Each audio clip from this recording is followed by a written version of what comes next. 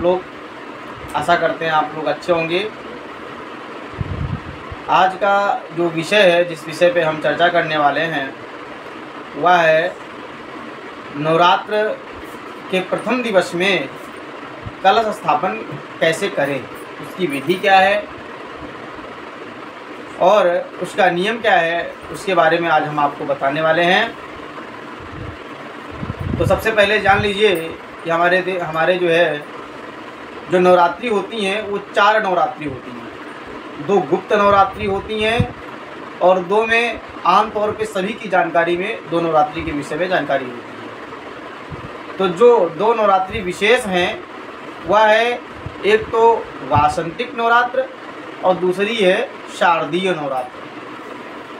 अभी जो 30 मार्च से नवरात्रि प्रारंभ होने वाली है, चैत्र नवरात्रि, यह वासंतिक नवरात्रि के नाम से जानी जाती है। और इसी दिन से हमारा जो हिंदू पंचांग है वो प्रारंभ होता है, यानी कि इसी दिन से 30 मार्च से हमारा नूतन वर्ष प्रारंभ होगा। इस वर्ष माँ भगवती का जो नवरात्रि है ये 8 दिनों की पड़ रही है। तो सबसे पहले हमको 1 दिन पहले सारी व्यवस्था कर लेनी है। पूजा घर को स्वच्छ कर लेना है, साफ कर लेना है, और भगवान के जो बर्तन हैं, जो सामग्री है आपको हम बताए दे रहे हैं, वो सब सामग्री आपको 1 दिन पहले ही शाम को एकत्रित करके रख लेना है। पुष्प अगर आपके आसपास मिल रहे हैं तो सुबह ही लीजिए, वरना शाम को ही लेकर के रख लीजिए। और ध्यान दीजिए कि जैसे जो लोग नॉनवेज खाते हैं और नवरात्रि के दिनों में व्रत रखते हैं, या उसमें जो बर्तन इस्तेमाल करते हैं, आप लोग वो बर्तन पूजा पाठ में कदापि भी इस्तेमाल ना करें। या पुष्प वगैरह फ्रिज में रखते हैं और उसी में पहले नॉनवेज वगैरह भी रखते थे, तो उसमें पुष्प भी ना रखें, उसको अलग ही रखते हैं। तो सबसे पहले क्या करना है, एक आप चौकी ले लीजिए, 2 बाई 2 की चौकी हो, वो चौकी पे लाल कपड़ा या पीला कपड़ा बिछा करके कलावे से बांध लें, और एक थाली ले लें या एक मिट्टी का पात्र ले लें, जिसमें मिट्टी भर लें और मिट्टी के ऊपर जल डाल दें, उसको हल्का सा भिगो लें। और 1 दिन पहले जौ को जल में भिगो दें और उसी जौ को निकाल करके उसमें जो है जौ को छिड़क दें। और छिड़कने के बाद में कलश किस चीज़ का हो, सबसे पहले तो ये आता है कलश किस धातु का हो। तो कलश तांबे का हो या पीतल का हो या मिट्टी का हो, लेकिन स्टील का कलश नहीं होना चाहिए। कलश को आप उस पर रखिए और कलश के ऊपर कंठ में कलावा लपेट लीजिए, कलावा बांध दीजिए। सर्वप्रथम आपको क्या करना है, कलश के अंदर जल नहीं भरना है। सबसे पहले आपको कलश के अंदर गंगा जल भरना है और गंगा जल में शुद्ध मिश्रित जल भर देना है। जल कितना होना चाहिए, तो जल कलश के कंठ तक होना चाहिए।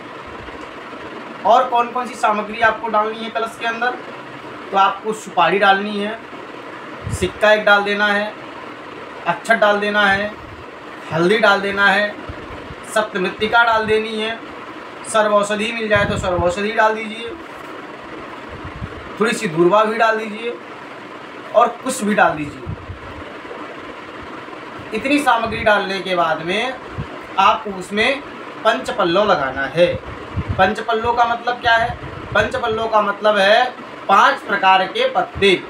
5 प्रकार में 5 पेड़ों के कौन कौन से पत्ते, एक तो आम का, गूलर का, पीपल का, पाकड़ का, बरगद का, इसको हम लोग पंचपल्लव बोलते हैं।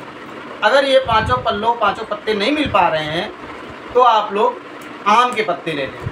आम के 9 पत्ते लेकर के कलश में लगा लें। उसके ऊपर कटोरी रखें, कटोरी में अक्षत भर लें और अक्षत भरने के बाद में उसके ऊपर आपको नारियल रखना है। तो नारियल क्या बात आती है कि नारियल का मुख किधर होना चाहिए, तो जो नारियल का मुख है वो अपनी तरफ हो, आपकी तरफ होना चाहिए। यानी आप पूरब की तरफ मुख करके जो है पूजन कर रहे हैं, तो जो नारियल का मुख हो वो पश्चिम की तरफ होना चाहिए। उसमें चुन्नी लपेट लें, ऊपर से कलावा लपेट लें और उसको अपने सामने करके रख लें। आपके पूजा घर में गौरी गणेश पहले से स्थापित होंगे, उनको भी उसके पास रख लें। और इतना करने के बाद एक दीपक बना लें। आप दीपक बना लें। दीपक किस चीज़ का होना चाहिए? आप घी का भी दीपक जला सकते हैं, आप तिल का तेल का भी दीपक जला सकते हैं। प्रयास ये करें, अगर आप पूरा व्रत रह रहे हैं प्रतिपदा से लेकर के नवमी तक, तो आपको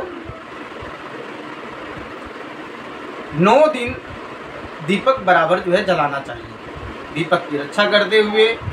अब प्रश्न ये आता है कि दीपक की बत्ती चेंज करनी है तो उसको कैसे चेंज किया जाए, कैसे बदला जाए? हमारा दीपक तो खंडित हो जाता है। तो पहले तो प्रयास करिए कि उसको जो है बत्ती को बदलना ना पड़े। बत्ती आपकी लंबी होनी चाहिए। बत्ती किस चीज़ की होनी चाहिए? तो कलावा बढ़िया सूती हो, वो भी खूब बढ़िया दीपक जलता है, या कॉटन वाली जो मेडिकल स्टोर पे रुई मिलती है वह रुई आप मंगा लीजिए और उसमें लंबी बत्ती जो है बना करके डाल दीजिए। खूब बढ़िया जो है बत्ती आपकी, दीपक आपका जो है जलता रहेगा। एक चिमटी रखिए, उससे 24 घंटे में एक बार हल्का सा बढ़ा दीजिए, दीपक आपका जो है खूब बढ़िया तरीके से चलता रहेगा। अब उसको बदला कैसे जाए? तो उसी दीपक से एक छोटा सा दीपक बना लीजिए, जब कभी भी ऐसा करना हो उस दीपक से हम दूसरा दीपक जला लें और जलाने के बाद अपनी बत्ती हम चेंज कर सकते हैं। ये तरीका हो गया दीपक को चेंज करने का, दीपक को बनाने का। दीपक की स्थापना हो गई। दीपक के बाद में अब विषय आता है कि आपका आसन कैसा होना चाहिए। तो सबसे पहले तो मृगासनम, मृग का आसन, जो कि संभव नहीं है। कुशासनम, कुशासनम, कुशासनम पुरुषों के लिए तो ठीक है, लेकिन महिलाओं के लिए कुश पर बैठना, पवित्री धारण करना निषेध बताया गया है। अब बारी आती है कंबलासनम। खूब बढ़िया आसन हो, लाल या पीला आसन हो, उस आसन पे बैठ करके 3 बार जल से आचमन करें, पवित्रीकरण करें, अपने ऊपर जल छिड़क लें। पूजन सामग्री में क्या क्या सामग्री होनी चाहिए? तो अक्षत रख लें, उसको पीला कर लें हल्दी के द्वारा, और रोली रख लें, धूपबत्ती रख लें, लाल पुष्प माता जी को अत्यधिक प्रिय होता है वो रख लें, सिंदूर रख लें, इत्र रख लें, एक जनेऊ रख लें। जनेऊ कलश में वरुणदेव भगवान का आवाहन होता है, इसलिए कलश में जनेऊ भी जो है चढ़ाया जाता है। माता जी की प्रतिमा रख लें, चित्रपट हो तो चित्रपट रख लें, और आपको 2 चुनरी लेनी पड़ेंगी, एक माता जी के चित्रपट के ऊपर और एक छोटी सी चुनरी नारियल के ऊपर। ये 2 चुनरी ले लें, सुपारी लौंग इलायची रख लें, और गाय का कंडा कहीं से व्यवस्थित कर लें। गाय का कंडा ले लें। नित्य पूजन के बाद में आप पूजन करें। पूजन के बाद में कंडे के ऊपर, कंडे को हल्का सा कपूर से सुलगा करके उस पर घी और शुद्ध हवन सामग्री थोड़ी सी मंगा लें। मार्केट की तो बहुत ख़राब होती है। अपने हाथ से थोड़ा सा चीनी, काला तिल या जो भी सुगंधित चीज़ें हैं उनको मिला करके, पंचमेवा मिला करके थोड़ी सी जो है हवन सामग्री तैयार कर लें।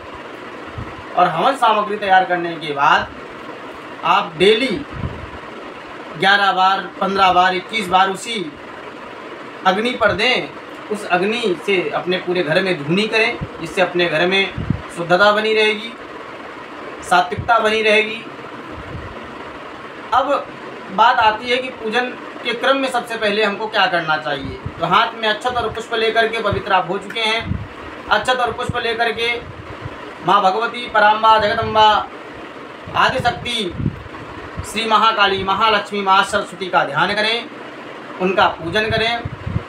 दीपक देवता का ध्यान करें, वरुण देव भगवान का ध्यान करें, भगवान गणेश जी का ध्यान कर लें, गौरी मैया का स्मरण कर लें। सभी का स्मरण करके अपने इष्ट देवता, कुल देवता, ग्राम देवता सभी का ध्यान करें, सभी के चरणों में प्रणाम करें और सभी को धन्यवाद दें।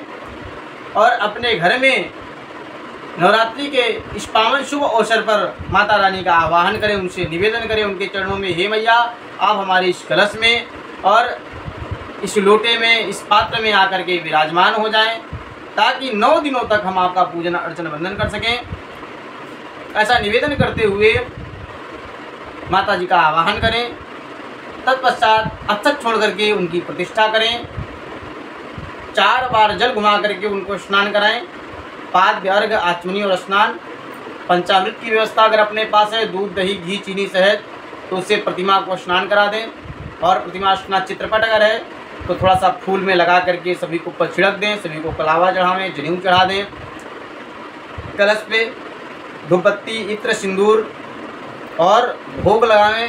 भोग लगाने के बाद में हमने आपको जैसे कि पहले बताया है कि 11 बार 21 बार माता जी के नाम से नवाण मंत्र से ओम ऐं ह्रीं क्लीं चामुंडाय विच्चे ये मंत्र है। इस मंत्र के द्वारा उनका जो है आहुति करें। उनको आहुति करते हुए अपने यहाँ जो भी नवाण का जप है उसको कर लें। माता जी का अगर पाठ करते हैं श्री दुर्गा सप्तशती जी का, दुर्गा सप्तशती का पाठ कैसे करना है वो मैं अगले वीडियो में बताऊंगा। ऐसा करते हुए माता रानी की बड़े भाव के साथ में सब परिवार आप लोग जो है प्रेम के साथ में उनकी आरती करें। आरती करने के बाद सायंकालीन बेला में पुनः माता जी का भोग लगावें और उनकी आरती करें। इस प्रकार से 9 दिनों तक आपको नित्य पूजा पाठ आरती करना है। आप सभी को हमारे द्वारा ये बनाई गई छोटी सी वीडियो अगर आप लोगों को, छोटी सी जानकारी अगर आप लोगों को अच्छी लगी हो तो आप लोग हमारे इस वीडियो को अधिक से अधिक शेयर करें, सब्सक्राइब करें, लाइक करें और कमेंट में जय जय सिया राम, जय माता दी आप लोग अवश्य लिखें। और अगर यदि किसी भी प्रकार का कोई सुझाव देना है तो हमारे कमेंट बॉक्स में आकर के अपना सुझाव दे सकते हैं। पुनः आप सभी को सादर जय जय सिया राम।